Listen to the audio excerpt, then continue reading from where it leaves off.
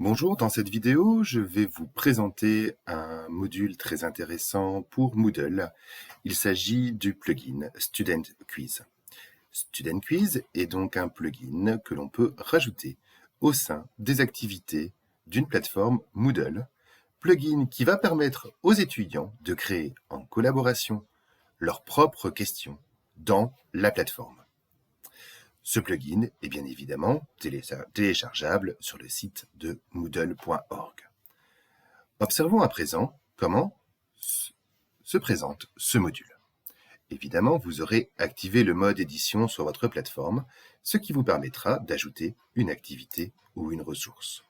Le plugin Student Quiz se trouve dans les activités et est représenté par l'icône que vous voyez ici.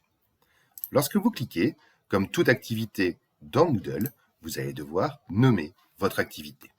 Je vais, par exemple, ici, nommer l'activité « Notre questionnaire collectif ». Je peux évidemment, mais sans obligation, rajouter une description, une consigne que je pourrais faire afficher ou non sur la page de cours. Nous reviendrons ultérieurement sur les paramètres. Regardons simplement à présent en enregistrant et affichant ce que donne ce plugin. Comme vous pouvez le constater, le titre est repris ici et les étudiants pourront à leur tour créer de nouvelles questions. Ces questions viendront donc se rajouter dans la banque de questions collective. Alors, comme vous pouvez le constater ici, je n'ai sélectionné qu'une partie des questions de Moodle. Ce choix est délibéré, souhaitant que les étudiants s'arrêtent uniquement sur des questions de type appariement, choix multiples, réponse courte, sélection de mots manquants ou vrai ou faux. Si par exemple un étudiant souhaite réaliser une question vrai ou faux, il choisit la question et clique sur Ajouter. Si vous êtes habitué au test de Moodle, vous allez reconnaître l'interface qui est tout à fait identique à celle que vous connaissez, avec un nom de question à ajouter, un texte de question et bien évidemment, s'agissant d'un vrai ou faux, la sélection de la réponse correcte. L'étudiant pourra, tout comme un enseignant peut le faire, rajouter un feedback pour vrai et pour faux. Il choisira ensuite d'enregistrer sa question.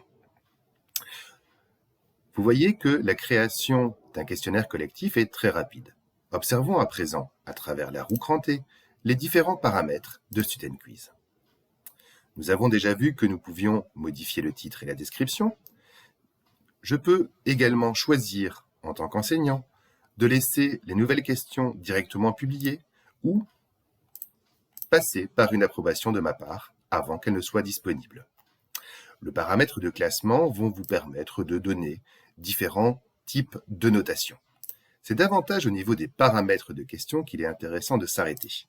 En effet, je peux choisir d'autoriser tous les types de questions ou au contraire, comme je l'avais fait, de n'en sélectionner que certains, voire de ne garder qu'une seule catégorie, par exemple ici vrai ou faux. Dès lors, lorsque j'enregistre et que j'affiche, bien évidemment, les étudiants ne pourront maintenant que créer des questions de type vrai ou faux. Quel est l'intérêt de ce plugin? Il est, à plusieurs égards, excessivement intéressant. Tout d'abord, il va contribuer à la mise en activité des élèves de façon active dans le cours, a fortiori dans un cours d'enseignement à distance.